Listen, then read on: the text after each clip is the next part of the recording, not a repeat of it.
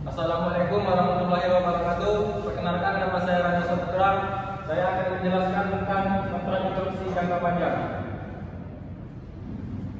Kontrak interupsi adalah kontrak yang secara khusus dinegosiasikan untuk konstruksi atau aset tunggal seperti bangunan, jembatan, bendungan jalan, atau beberapa aset yang berhubungan satu sama lain, atau beberapa aset yang lain tergantung dalam rancangannya. Teknologi, fungsi, atau tujuan penggunanya seperti konstruksi kilang minyak. Jenis-jenis kontrak konstruksi ada dua, yaitu kontrak biaya plus. Kontraktor dibayar berdasarkan biaya yang dikeluarkan ditambah persentase keuntungan. Kontrak harga tetap. Kontraktor setuju untuk menyelesaikan proyek dengan harga tetap yang disepakati.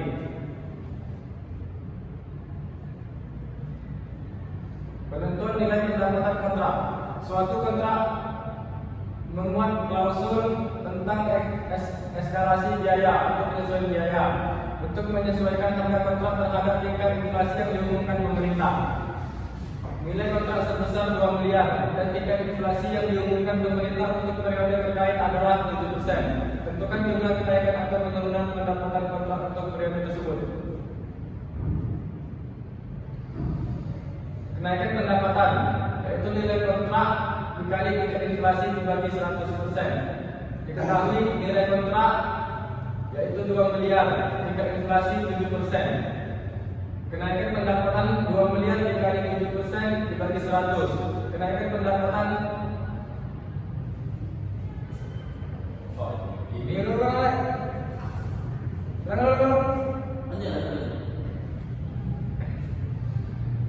Kenaikan pendapatan nilai kontrak dikali tingkat inflasi dibagi 100. Diketahui nilai kontrak 2 miliar dengan tingkat inflasi 7%. Kenaikan pendapatan 2 miliar dikali 7% dibagi 100 dan mendapatkan hasil 140 juta. Jadi kenaikan pendapatan kontrak untuk periode tersebut adalah 140 juta. Pengakuan pendapatan dan beban kontrak dapat dibedakan menjadi dua metode, yaitu sebagai berikut. Satu, metode persentase penyelesaian atau percentage of completion method. Perusahaan mengakui pendapatan, beban, dan laba setiap periodenya berdasarkan tahap penyelesaian kontrak, yaitu berdasarkan persentase penyelesaian.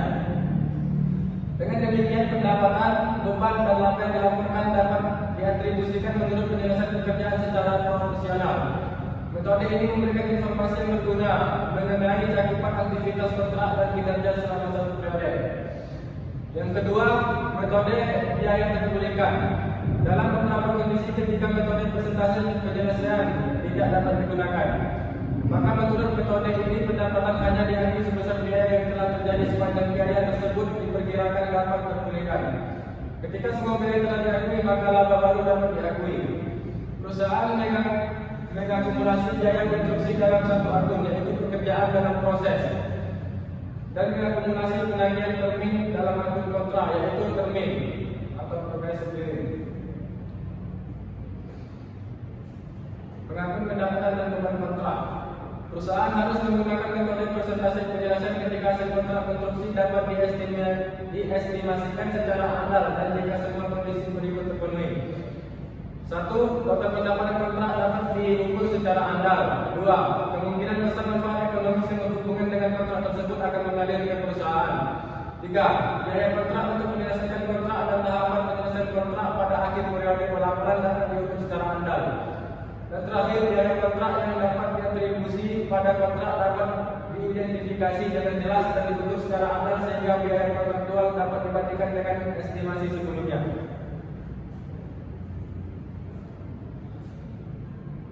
Perhitungan persentase penyelesaian seperti yang telah dijelaskan pada bagian sebelumnya, bahwa menurut PSAK 23 atau revisi 2010 pendapatan, tingkat penyelesaian transaksi dapat ditentukan dengan berbagai cara. Perusahaan menggunakan dasar yang ada dalam bentuk pekerjaan yang dilakukan. Tergantung dari sifat kontraknya, dasar yang didapat digunakan yaitu 1. Proporsi biaya kontrak yang terjadi dibandingkan estimasi total biaya kontrak. 2. Hasil survei pekerjaan yang telah dilakukan. 3. Penyelesaian berdasarkan proporsi fisik dari pekerjaan kontrak.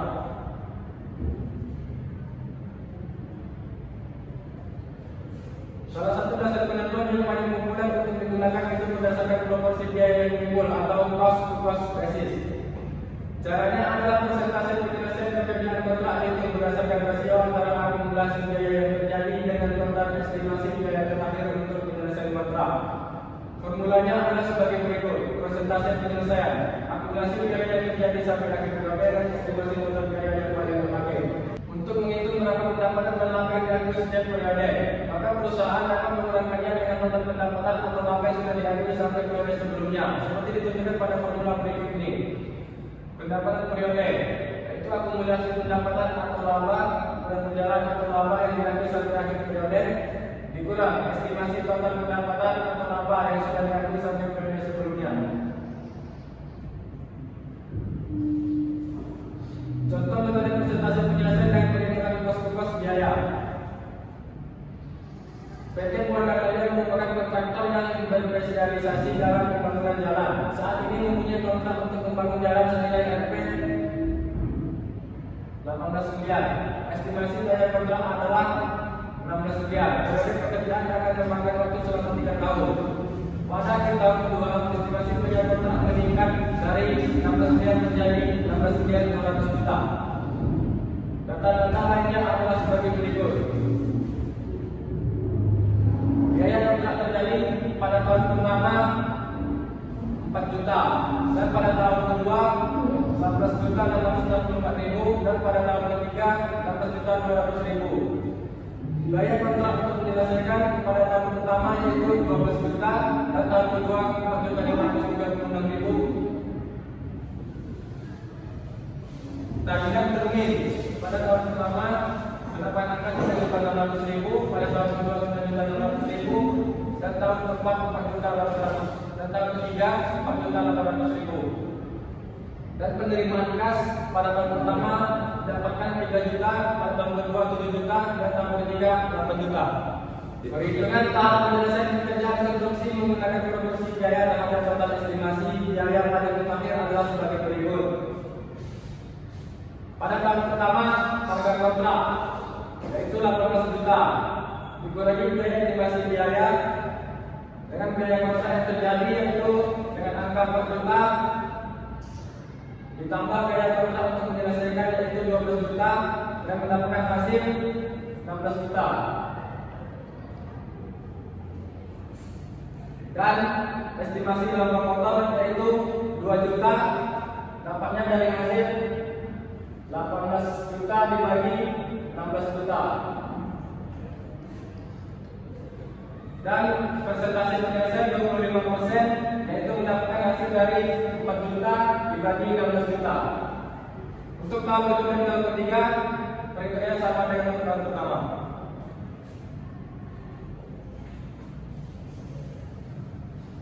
Dan jumlahnya yang pertama untuk mencatat biaya konstruksi. Pada tahun pertama, pekerjaan dalam proses didebit menjadi 4 juta, dan material kas utang lainnya dikredit dengan angka 4 juta. Pada tahun kedua, pekerjaan dalam proses didebit dengan angka 7 juta 664 ribu, dan material kas utang lainnya dikredit menjadi 7 juta 664 ribu. Dan pada tahun ketiga, pekerjaan dalam proses didebit dengan angka 4.536 ribu, dan material kas utang lainnya dikredit menjadi 4.536 ribu. Yang kedua, untuk mencatat tagihan termin. Pada tahun pertama, piutang usaha didebit dengan angka 3.600 ribu, dengan termin didebit 3.600 ribu. Untuk tahun kedua, piutang usaha didebit 9.600 ribu, dan termin dikredit 9.600 ribu. Untuk tahun ketiga, piutang usaha didebit 4.800 ribu, dan termin dikredit 4.800 ribu. Yang ketiga, untuk mencatat penerimaan tagihan. Pada tahun pertama, kas didebit menjadi 3 juta, dan piutang usaha dikredit menjadi 3 juta. Untuk tahun kedua, kas didebit 7 juta, dan piutang usaha dikredit 7 juta. Untuk tahun ketiga, kas didebit menjadi 8 juta, dan piutang usaha dikredit 8 juta. Pertama, akumulasi yaitu pendapatan 18 miliar dikali 25% yang mendapatkan hasil 4.500.000 dan uang 4 juta. 4.500.000 dikurang 4 juta sampai hasil 8 motor 500.000. Dan 4.500.000 pada diakui periode berjalan dikurang 4 juta yaitu hasil 500.000.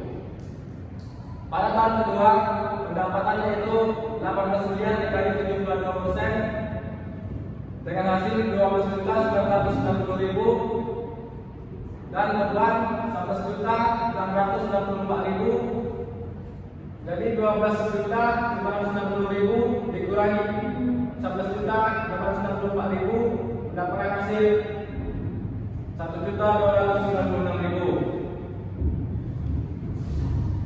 Dan periode lalu diambil dari tahun pertama itu 1.500.000 dikurang 4 juta maka hasilnya 500.000. Pada periode berjalan didapatkan dari 12.960.000 dikurang 4.500.000 maka hasilnya 8.460.000. Dan 7.664.000 ini dihasilkan dari 11.664.000 dikurang 4 juta maka hasilnya 8.460.000 dikurang 7.664.000 yaitu 796.000. Pada tahun ketiga pendapatan 18 miliar dikali 100% mendapatkan hasil 18 juta dengan beban 16.200.000. 18 juta dikurang 16.200.000 yaitu mendapatkan hasil 1.800.000. Dan periode lalu didapatkan dari tahun kedua yaitu 12.960.000 dikurang 1.664.000 maka hasilnya 1.296.000. Dan pada periode berjalan 5.040.000 dihasilkan dari 18 juta dikurang 12.960.000 dan 4.536.000 mendapatkan hasil dari 16.200.000 dikurang 11.664.000. Jadi 5.040.000 dikurang 4.536.000 mendapatkan hasil 504.000. Jurnal mengatur pendapatan beban dan laba atas sebagai berikut. Untuk mengatur pendapatan dan laba kotor, pada tahun pertama pekerjaan dalam proses didebit 500.000, beban kontrak didebit 4 juta dan pendapatan kontrak dikredit 4.500.000. Pada tahun kedua pekerjaan dalam proses didebit 796.000, beban kontrak 7.664.000 dan pendapatan kontrak dikredit 8.490.000. Pada tahun ketiga pekerjaan dalam proses didebit 504.000, beban kontrak didebit 4.536.000 dan pendapatan kontrak dikredit 5.040.000. Untuk mengakui penyelesaian kontrak teknik pada tahun ketiga didebit menjadi 18 juta dan pekerjaan dalam proses dikredit menjadi 18 juta.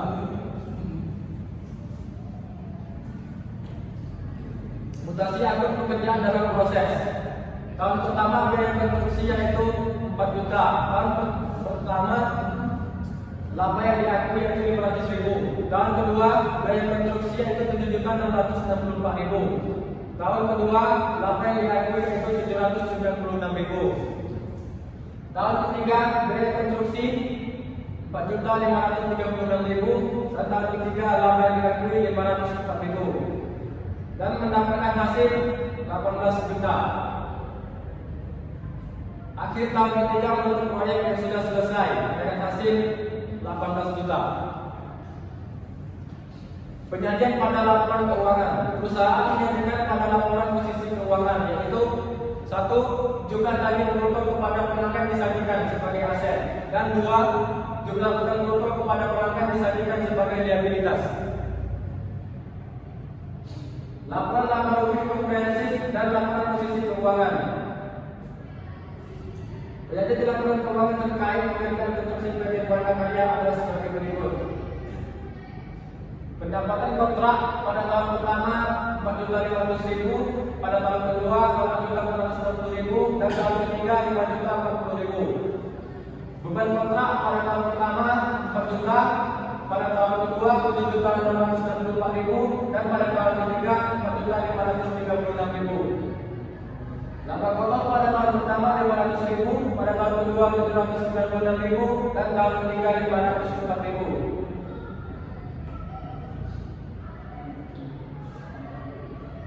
Aset lancar. Itu mana sih? Nah, itu memang gue nggak tahu. Nomor 7 gue nggak tahu. Baca aja. Itu yang tabel 3 itu dari soal aja gitu. Jangan gue baca semua. Tabel soal pendapatan, tabel kontrak, itu dari soal. Ini pastinya kayak mana ya? Ini kan kosong nih. Sedangkan tahun pertama itu kosong, hasilnya juga kosong, tahun pertama dan kedua. Terus tagihan kotornya itu 900.000 di tahun pertama dan tahun kedua dan ketiga itu kosong. Oh gitu. Bawahnya nih? Baca aja. Di tahun terbit 600.000 di tahun pertama dan 3.200.000 tahun kedua dan ketiganya kosong. Dia di atas lancar. Iya, tapi itu perhitungan dari situ. Jadi 900 itu dari 4.500.000 dikurang 3.600.000. Laporan laba rugi komprehensif dan laporan posisi keuangan dalam rupiah. Penyajian di laporan keuangan terkait pekerjaan konstruksi PT Buana Karya adalah sebagai berikut. Pendapatan kontrak pada tahun pertama yaitu 4.500.000, pada tahun kedua 8.460.000, dan tahun ketiga 5.040.000. Beban kontrak pada tahun pertama mendapatkan 4 juta, tahun kedua 7.664.000, dan tahun ketiga 4.536.000. Laba kotor pada tahun pertama yaitu 500.000, tahun kedua 796.000, dan tahun ketiga 504.000. Laporan posisi keuangan PT Buana Karya. Aset lancar pada tahun pertama, kedua dan ketiga itu kosong. Kas pada tahun pertama, kedua dan ketiga itu kosong. Tagihan kotor pada tahun pertama yaitu 900.000, dan tahun kedua 0, tahun ketiga 0. Piutang termin pada tahun pertama itu 600.000, pada tahun kedua 3.200.000, dan tahun ketiga 0. Liabilitas lancar tahun pertama, tahun kedua, dan tahun ketiga 0. Piutang bruto tahun pertama 0, dan tahun kedua 240.000, dan tahun ketiga 0. Pada catatan atas laporan keuangan, perusahaan mengungkapkan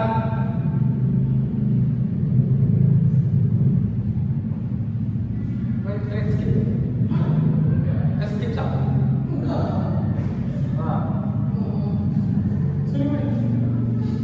Pada catatan atas laporan keuangan, perusahaan mengungkapkan yang pertama jumlah pendapatan kontrak yang diakui sebagai pendapatan pada periode hal-hal sebagai berikut.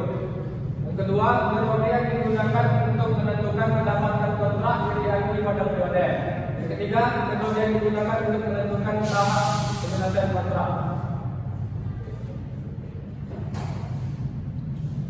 Terdapat dua jenis kerugian yang mungkin terjadi terkait dengan kontrak konstruksi, yaitu sebagai berikut. Yang pertama, rugi pada periode berjalan dalam suatu nilai kontrak yang secara total masih memberikan keuntungan. Yang kedua, rugi dalam suatu kontrak yang secara keseluruhan mengalami kerugian. Perlakuan akuntansi untuk kontrak konstruksi yang mengalami kerugian. Pada pokok yaitu 5.500.000 dan uang periode berjalan senilai 1 miliar. Estimasi biaya penyelesaian senilai 4 miliar dan persentase penyelesaian 25%. Pendapatan yang diakui yaitu 1.375.000.000 dan laporan tahun pertama 375 juta.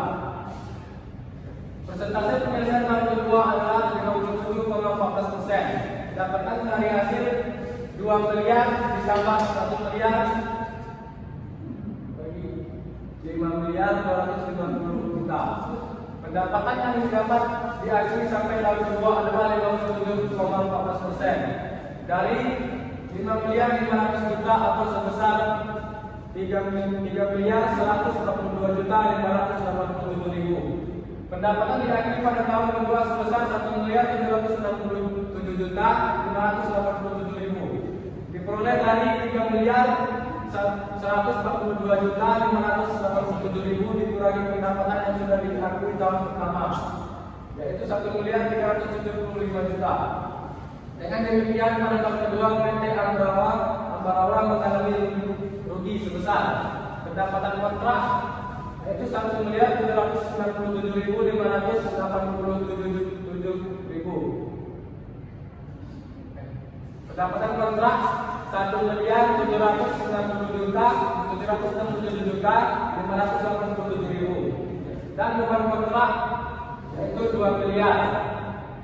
Maka ruginya 232.413.000. Metode biaya terpulihkan.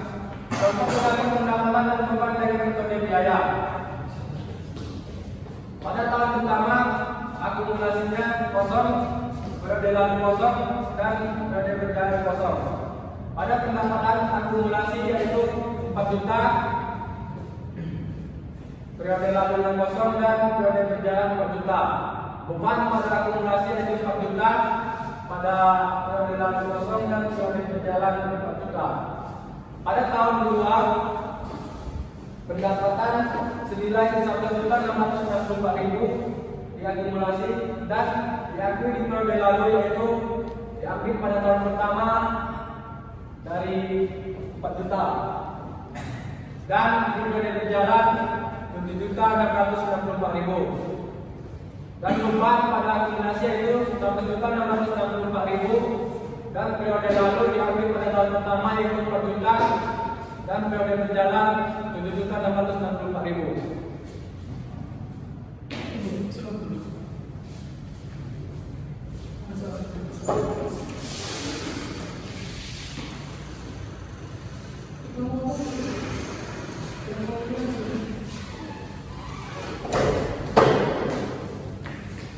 No, jangan baca semua dong. Kok baca semuanya ke tahun 1, tahun 2, tahun 3 itu baca semua. Yang ada tahun Sama dulu tahun pertama dan kedua.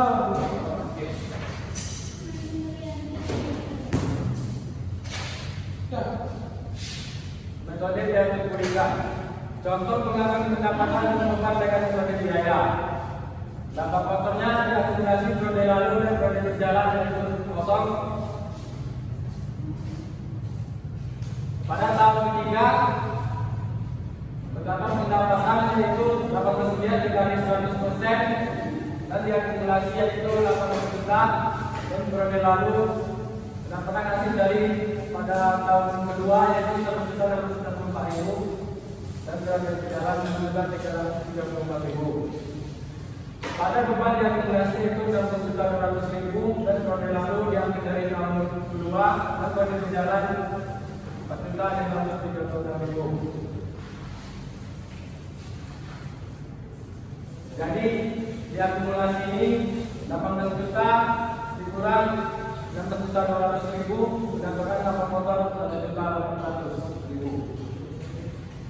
Pada periode lalu 1.664.000 dikurang 1.664.000 maka hasilnya 0. Dan periode berjalan yaitu 6.336.000 dikurang 4.536.000. Ini lagi. Itu 1.400.000. Kurang. Kemudian untuk mengatur pendapatan dan beban kontrak selama periode ada sebagai berikut. Untuk mengatur pendapatan dan beban pada tahun pertama, kedua, dan ketiga itu kosong.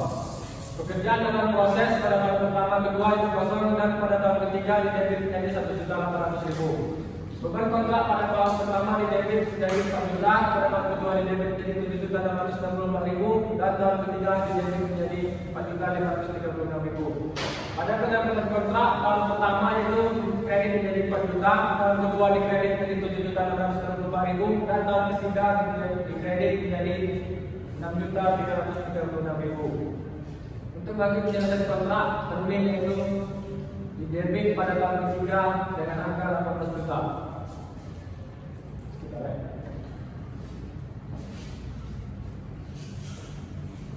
Perbandingan laba yang diakui PT Buana Karya. Seperti terlihat pada rangkuman jurnal di atas bahwa perusahaan tidak mengakui laba pada tahun pertama dan kedua. Pada tahun ketiga, perusahaan mengakui laba yang menutup akun cermin dan pekerjaan dalam proses. Berikut ini tabel yang menjanjikan perbandingan laba yang akan diakui oleh perusahaan menggunakan kedua metode.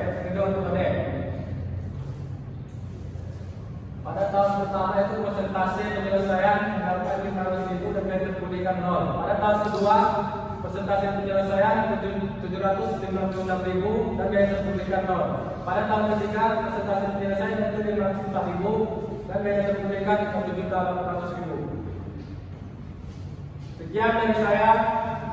Jika ada kesalahan saya mohon maaf. Wassalamualaikum warahmatullahi wabarakatuh.